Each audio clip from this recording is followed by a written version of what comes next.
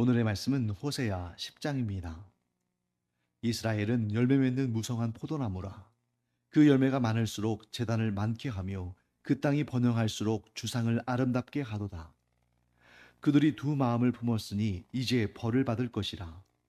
하나님이 그 재단을 쳐서 깨뜨리시며 그 주상을 허시리라.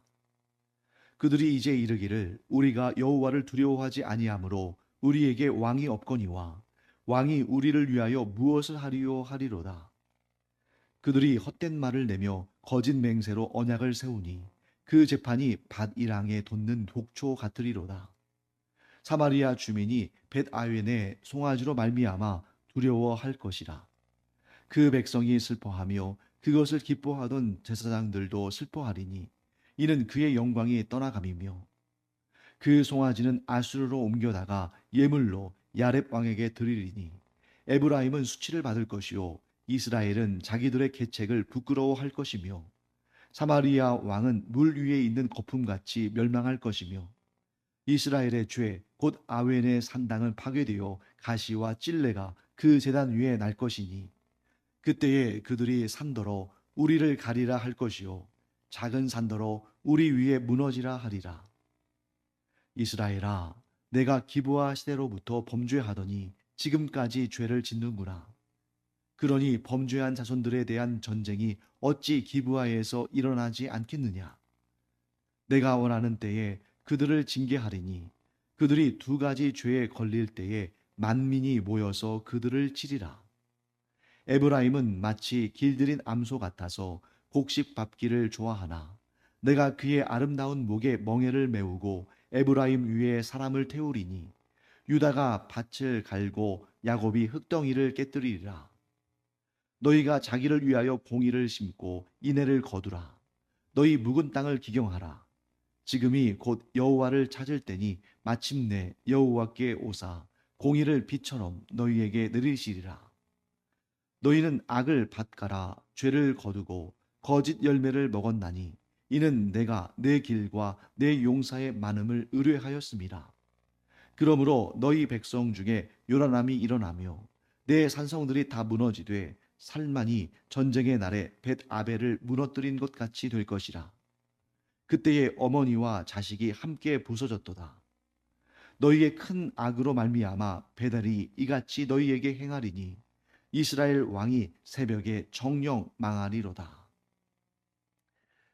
자, 1절 말씀에 이스라엘에 대해서 이렇게 정의하죠. 이스라엘은 열매 맺는 무성한 포도나무라. 자, 여기까지는 사실 중립적인 그런 의미를 갖습니다. 자, 무성한 열매를 많이 맺는 무성한 포도나무. 자, 좋은 이미지입니까? 좋지 않은 이미지입니까? 네, 중립적이에요. 그래서 어떤 경우는 무성한 열매를 많이 맺는 것이 좋은 의미로 쓰일 때가 있고 또 무성하게 열매를 많이 맺는 것이 부정적인 의미로 쓰일 때가 있습니다. 자, 그 열매가 어떤 열매냐 하는 것이죠. 즉 하나님의 말씀에 순종함으로 공의와 인애의 열매를 맺으면 하나님께서 농부로 비유되시는 하나님께서 얼마나 보람이 있고 얼마나 기쁘고 얼마나 즐겁겠습니까? 그런데 성경에 보면 들포도나무 열매라는 표현이 등장해요. 그러니까 이것은 보기에는 무성한데 맛이 떫고 써서 오히려 농부를 화가 나게 만들고 진노하게 만드는 그런 포도나무 열매죠. 참 감람나무 열매와 들 감람나무 열매도 비슷한 표현입니다. 자, 여기에서 보시죠. 열매를 많이 맺는 무성한 포도나무입니다. 일단 열매를 많이 맺었으니까 좋은 그런 결과인 줄로 알고 봤는데 그 열매가 많을수록 재단을 많게 하며 자, 하나님께서 모세에게 이제 가나안 땅에 들어가게 되면 이렇게 이렇게 해라 하고 지시하셨고 모세가 또 자기 자신은 가나안 땅에 들어오지 못했지만 요단강 동쪽의 모압 평지에서 이스라엘 백성들에게 하나님의 말씀을 전달하면서 가나안 땅에 들어가게 되면 성소, 성전 이렇게 하나님을 경배하는 장소를 한 군데로 하나님께서 정해 주실 것이다. 한 군데에 모여서 너희가 하나님을 경배하며 하나님께 제사를 드려라. 이런 말씀을 전합니다. 그게 하나님의 뜻이었어요. 자, 그러면 여러분, 우리가 생각할 때는 그게 굉장히 불합리해 보입니다. 왜냐하면 오늘날 우리처럼 막 이렇게 동네마다 교회가 있고, 그러면 멀리 갈 필요도 없이 바로 동네에 있는 교회 가기도 하고, 또 자기가 원하면 뭐 차를 타고 멀리 있는 교회도 갈 수 있고, 이런 선택의 자유가 있잖아요. 그런데 하나님을 경배하고 하나님께 제사를 드리고 하나님께 예배 드릴 장소가 딱 한 군데 있다면 얼마나 이게 고된 일입니까? 자, 예를 들면 예루살렘에만 성전이 있기 때문에, 또 그 성전에서만 하나님께 제사를 드리고 경배를 하도록 했기 때문에, 그것도 1년에 세 차례는 반드시 와야 되기 때문에, 저기 나사렛, 이 가나안 땅의 북쪽 끝에 있는 나사렛, 이 갈릴리 호수 인근에 있는 사람들이 예루살렘까지 오려면 얼마나 고생했겠어요. 뭐 최소 뭐 한두 달 그런 이 일정을 미리 세워놓고 걸어서 그 온 가족을 데리고 이게 오지 않았겠습니까? 그러니까 이제 이 이스라엘 백성들은 어떤 생각을 했냐면, 우리가 좀 우리가 살고 있는 곳에 높은 산이든 큰 나무 아래든 제단을 만들어 놓고 거기서 열심히 하나님을 섬기면 되지 않겠는가? 하나님께서 그것도 기뻐하지 않으시겠는가? 처음에는 그렇게 생각했겠죠. 그런데 나중에는 그 산마다 세워지고 큰 나무 아래마다 세워진 그 제단들이 어떻게 변질됐습니까? 우상을 섬기는 장소가 된 것이죠. 자, 오늘날도 저는 비슷한 상황이 주어진다고 생각합니다. 꼭 그렇진 않지만 많은 사람들이 이 교회 공동체, 이 예배당에 모여서 예배하는 것보다 그냥 내가 언제든지 예배할 수 있으니까 내 삶의 장소에서 그렇게 예배하면 되지 않겠는가? 네, 그 틀린 말은 아니에요. 왜냐하면 예수 그리스도께서 이 땅에 오셔서 우리에게 구원의 놀라운 역사를 다 이루시고 성령께서 우리 안에 내주하시면서 우리 가운데에서 그 놀라운 역사들을 일으키신 이후에는 우리 각자가 성전이기 때문에 어디에서 뭐 예를 들어서 집에 있건 뭐 학교에 있건 도서관에 있건 뭐 길거리를 걸어가는 어디든 우리가 하나님을 향하여 경배하고 찬양하며 예배를 드리면 그것이 곧 성전입니다. 그런데 문제는 뭐냐면 사람이 완전하고 온전한 존재가 아니라는 것이죠. 그리고 언제든지 시험에 노출되어 있고 유혹에 빠져들기 쉬운 그런 연약한 존재입니다. 그러다 보니까 어떤 규제, 마치 어떤 규제냐면 예루살렘에 있는 성전에서만 하나님께 제사를 드려라. 이런 규제가 있어도 많은 사람들이 타락하고 변질되는데, 마치 자기 자신이 충분히 자신의 신앙생활을, 자신의 경건한 삶을 유지할 수 있을 거라고 그렇게 자신했는데 뭘 계산하지 못한 거예요? 자신이 완전하지 못하다는 것을. 그리고 항상 어떤 경우든지 간에 사탄과 마귀들이 자기보다 한 수 위라는 사실을 파악하지 못한 거예요. 자, 애초에 처음부터 이스라엘 백성들이 작정하고 우상을 섬기려고 했겠습니까? 아니죠. 그들에게도 다 변명의 그러한 그 여지들이 있어요. 뭡니까? 원래 우리가 하나님을 섬기려고 했다. 이 산당들도, 이 제단들도 우리가 하나님께 경배하려고 한 것이다. 그런데 그렇게 생각하는 순간 사탄은 그 안으로 비집고 들어옵니다.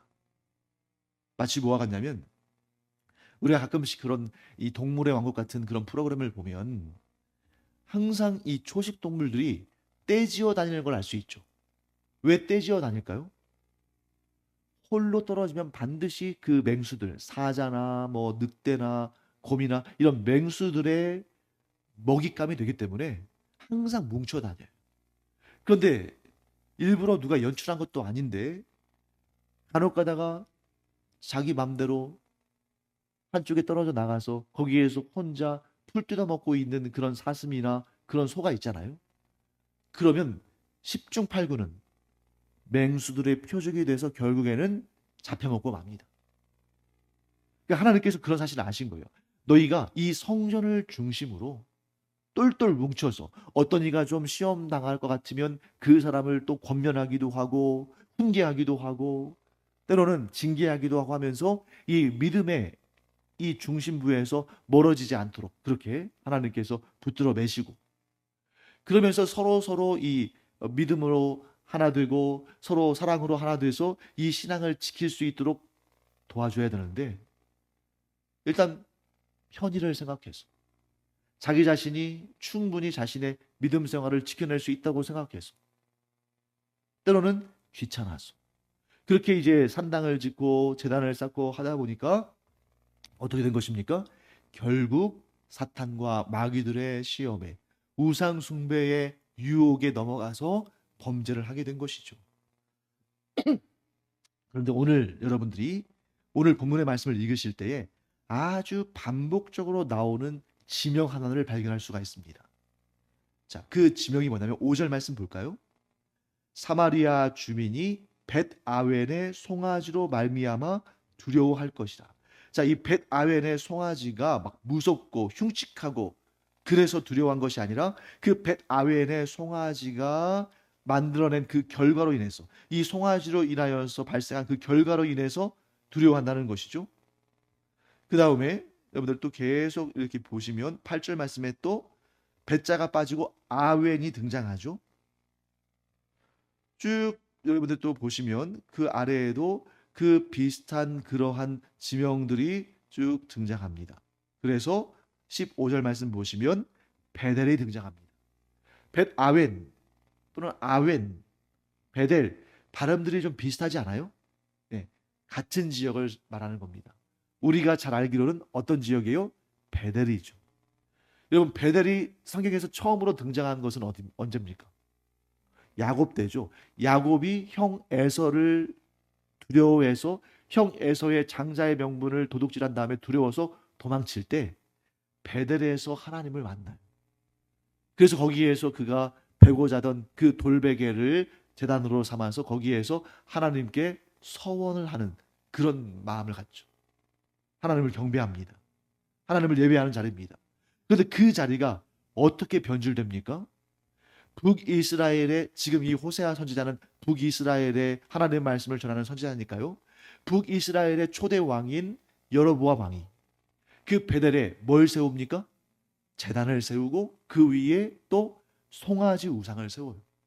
그러면서 뭐라고 설명합니까? 이 송아지 우상이 우리를 구원하신 하나님이시다. 자, 그 배경에 있어서는 제가 여러 번 설명드렸죠. 예루살렘 성전으로 가는 이 북이스라엘 백성들을 빼앗길까봐 그들을 붙잡으려고 이렇게 우상을 만들었습니다. 결국 하나님을 경배하던 제단이 뭘로 바뀐 거예요? 우상을 섬기는 제단으로 바뀐 것입니다. 자, 그것에 대해서 호세아 선지자가 뭐라고 책망을 하냐면 오늘 말씀의 주제입니다. 2절 말씀 보실까요? 그들이 무엇을 품었습니까? 두 마음을 품었다. 여러분, 모든 범죄의 원인, 모든 죄악의 원인, 모든 하나님의 심판의 원인이 바로 여기에 나오는 거죠. 어디서 나옵니까? 두 마음. 이스라엘 백성들이 하나님을 향해서 항변합니다. 하나님, 우리가 하나님을 완전히 버리고 우리가 하나님을 떠나고 우리가 하나님을 섬기지 않았다면 우리가 이런 심판을 받아도 마땅하지만 우리는 단 한 번도 하나님을 버린 적이 없습니다. 우리는 단 한 번도 하나님께 드릴 제사를 중단한 적이 없습니다. 우리는 단 한 번도 하나님께 드릴 것들을 드리지 않은 적이 없습니다. 우리는 항상 하나님을 섬겼고 그런데 하나님께서 우리에게 이러한 징벌을 하시는 것은 부당한 일입니다. 실제로 이스라엘 백성들이 하나님을 잊어버리고 하나님을 향한 제사를 끊고 한 적은 없었죠. 근데 문제는 뭡니까? 두 마음이라는 것이죠. 하나님과 우상을 겸하여 섬기는 이 두 마음. 자, 그러면 이 내용을 오늘날 우리에게 적용한다면 어떻게 할 수 있을까요? 물론 이렇게도 말할 수 있겠죠. 뭐 주일날은 교회 왔다가 또 토요일은 또 절에 갔다가 뭐 이런 사람이 있을 수도 있잖아요. 또 어떤 때는 교회에 와서 열심히 예배 드리다가 또 어떤 때는 무당 찾아가서 또 구댔다가 이런 사람도 있을 수 있겠죠. 근데 제 생각에는 그런 사람들은 기독교인들 가운데 절대 다수는 아닐 겁니다. 아니 어쩌면 뭐 한 1% 정도 될까요? 좀 더 많을 수도 있겠습니다만. 그런데 우리가 진정 조심해야 할 것은 뭐냐면 하나님과 나, 하나님과 나를 두 주인으로 섬기는 것이 제일 위험한 거예요. 내가 집에 우상이 없다고, 내가 우상 신전에 가지 않는다고, 내가 우상과는 전혀 관계없는 사람이라고 안심할 수 없다는 거예요. 왜? 현대의 우상은 돌로 만들고 나무로 만들고 금속으로 만든 우상이 아니라 바로 사람입니다. 사람이 우상이 되는 시대. 내 자신이 하나님과 견줄 수 있는 정도의 우상이 될 수도 있고, 또 내 자식이 우상이 될 수도 있고, 내 배우자가 우상이 될 수도 있고, 심지어 어떤 사람은 연예인이 우상이 될 수도 있어요. 왜? 하나님보다 더 사랑하는 것은 모두 다 우상이니까. 그래서 이런 경우가 있을 수 있잖아요.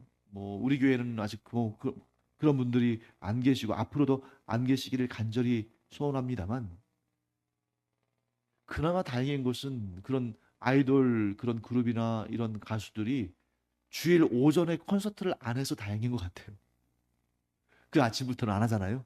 그런데 예를 들어서 그런 경우가 있다 했을 때 하나님께 예배를 드려가야 할 그 주일 예배 시간에 자기가 너무너무 좋아하고 그 정말 사랑한다고 표현하는 그런 가수들 콘서트 한다고 거기 간다면 그거는 정말 우리로서는 상상할 수 없는 일인데 얼마 전에 또 그런 일이 일어날 수도 있잖아요. 이미 유럽이나 이런 미국이나 이런 곳에서는 스포츠가 거의 종교화되지 않았습니까? 그 현장이 이제 영국의 그런 프리미어 리그 같은 곳이죠.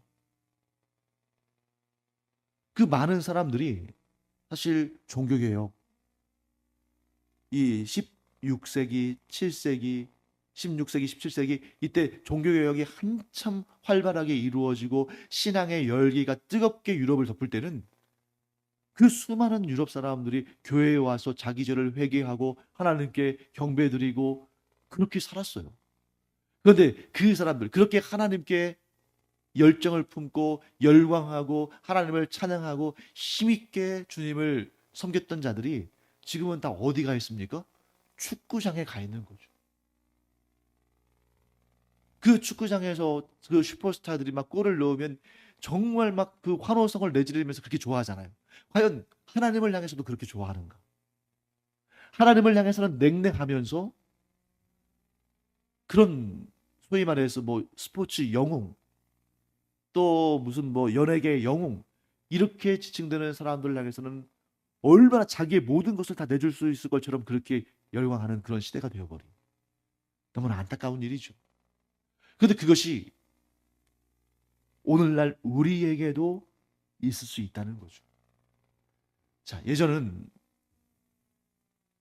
하루 벌어서 하루 먹기에 하루 벌어서 하루 그 음식 사고 생활하고 자식 교육시키기가 빳빳한 빠듯한 그런 시대가 있었잖아요. 그런데 오늘날은 하나님이 주신 은혜로 말미암아 어떻게 됐습니까? 물론 이제 개인별로는 좀 경제적으로 어려울 수도 있고 합니다만 이제는 굶어 죽지 않도록 국가에서 억지로라도 먹여주는 그런 시대가 됐잖아요. 복지적으로. 그런데 여기 보세요. 1절 말씀에 그 열매가 많을수록 재단을 많게 한 것처럼 우리가 풍족하게 될수록 우상들을 많이 세워나가요. 자, 1절 말씀이 우리에게 주시는 의미가 너무나 큽니다. 그 열매가 많을수록 재단을 많게 하며 그 땅이 번영할수록 주상을 아름답게 하도다. 우리가 선진국의 반열에 오르고 경제적으로나 뭐 문화적으로나 풍성해질수록 하나님보다 더 사랑하는 것들을 얼마나 많이 둘 수 있는 그런 유혹에 빠져 있는가? 문화적으로나 사상적으로나 종교적으로나 일상의 어떤 우리가 누리는 그런 쾌락의 측면에 있어서나 하나님보다 더 사랑할 것들을 둘 수 있는, 하나님보다 더 의지할 것들을 둘 수 있는, 하나님보다 더 즐거워하는 것들을 둘 수 있는 그런 환경에 우리가 얼마나 많이 노출되어 있는가 하는 것을 보게 됩니다. 그래서 이제 뭐 우리 이 오늘의 예배에 나오시는 분들이나 특히 우리 교회는 그런 분들이 계시지 않아요. 왜냐하면 제가 이 앞에서 하나님의 말씀 전할 때 보면 다 보이거든요. 설령 이렇게 좀 피곤해서 조는 분들은 계시지만 하나님께 예배드리는 그 순간에 막 스마트폰을 꺼내가지고 막 영상을 보거나 혹은 그 주일 예배 시간에 예배드리는 시간인지도 알면서 뭐 예를 들어서 뭐 골프를 치러 가거나 뭐 테니스를 치러 가거나 그런 분들은 계시지 않아요. 그러니까 아주 감사한 일입니다. 그런데 안타깝게도 그 정도만 돼도 감사할 정도가 된 시대가 됐다는 거. 얼마나 안타까운 일인가. 하나님께서 말씀하십니다. 8절 말씀 볼까요? 이스라엘의 죄, 곧 아웬의 산당은 파괴되어 가시와 찔레가 그 제단 위에 날 것이니 그때에 그들이 산더러 우리를 가리라 할 것이요 작은 산더러 우리 위에 무너지라 하리라. 자, 산더러 우리를 가리라 한다는 것은 뭘 의미합니까? 수치심에 너무너무 수치심에 시달리다가 난 도무지 이 수치심을 이길 수 없다. 그러니 저 산이 나를 가려줬으면 좋겠다. 내 수치가 드러나지 않도록 나를 숨겨줬으면 좋겠다. 작은 산더러, 이 언덕이죠. 작은 산더러 우리 위에 무너지라 하리라. 자, 우리 위에 무너진다는 게 뭘 의미합니까? 나 죽여달라는 거잖아요. 이 고통이 너무 심하니까 나를 좀 죽여달라. 그렇게 할 날이 올 것이다. 사랑하는 성도 여러분, 우리가 하나님보다 더 사랑하는 것들을 두고 하나님보다 더 즐거워하는 것들을 두기 시작하면 반드시 하나님의 심판을 받게 될 텐데 그 심판의 날이 너무나 수치스럽고 너무나 고통스러워서 산들에게 내 수치를 가려달라고, 산들에게 내 목숨을 걷어달라고 그렇게 외칠 정도로 끔찍한 고통을 경험할 날이 오게 된다. 그러면 여러분, 이런 두려움 가운데 우리는 날마다 두려움 가운데 정말 숨도 제대로 쉬지 못하고 그렇게 살아야 할 것인가? 아닙니다. 하나님께서 해결의 방도를 주시죠.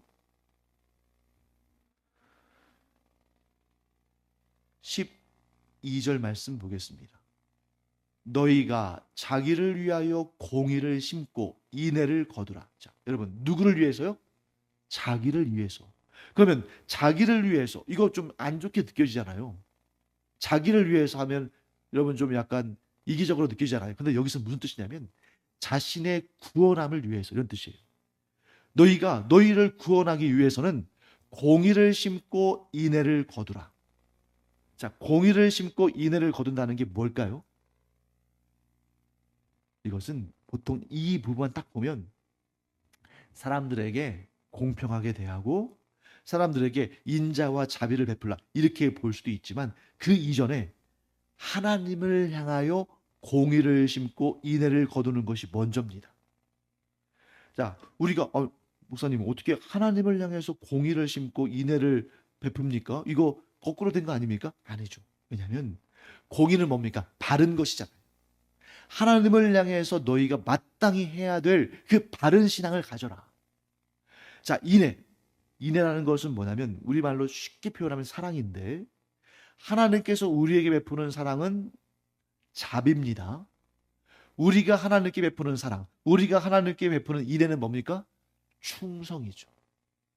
너희가 하나님만 섬기고 하나님께 충성하면 그래서 너희의 묵은 땅, 그 우상 숭배로 물든 그 묵은 땅을 다시 갈아엎으면 곧 너희가 여호와를 찾고 여호와께로 돌아오면 여호와께서 너희에게 공의를 비처럼 내리셔서 너희를 회복시켜 주실 것이다.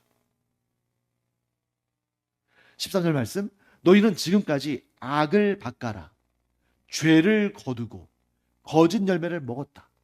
너희가 지금까지 하나님께서 주신 그 귀한 기업 가나안 땅에 악을 밭갈고 거기에서 죄를 거두고 거짓 열매를 먹었지만 곧 너희가 내 길과 내 용사의 많음을 의뢰하면서 너의 힘으로 스스로 너희의 삶을 유지할 수 있을 거라고 생각했지만 다시 너희들이 뉘우치고 회개하고 하나님께 돌아와서 하나님만 섬기며 하나님만 의지하며 하나님께 의뢰하며 하나님이 주시는 열매를 먹으면 너희를 해칠 자가 없을 것이다.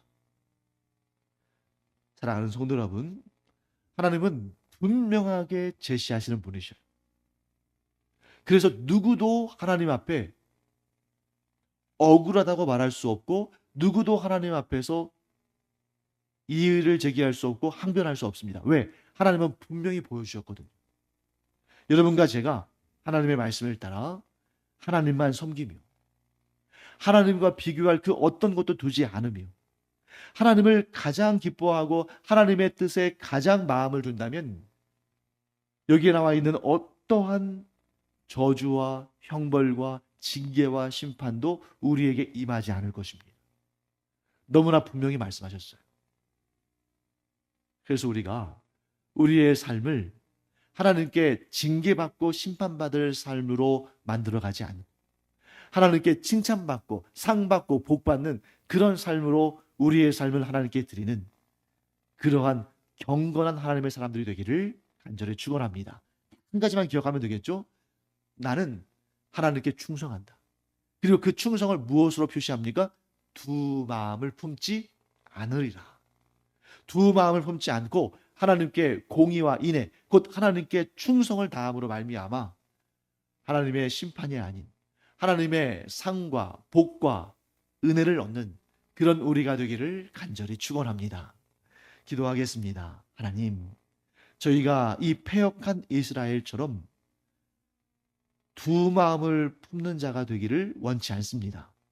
저희가 온전히 하나님만 섬기며 하나님보다 더 사랑하고 하나님보다 더 기뻐하는 것을 두지 않는 그런 충성된 하나님의 사람들 되기를 원하오니 저희가 마음이 흔들리거나 연약해지거나 시험을 당할 때에 성령께서 저희를 붙들어 주셔서 결코 두 마음 품지 않고 하나님께 충성을 다함으로 충성을 다한 자에게 주어지는 구원과 놀라운 은혜와 복을 충만히 얻는 저희들 되게 하여 주시옵소서.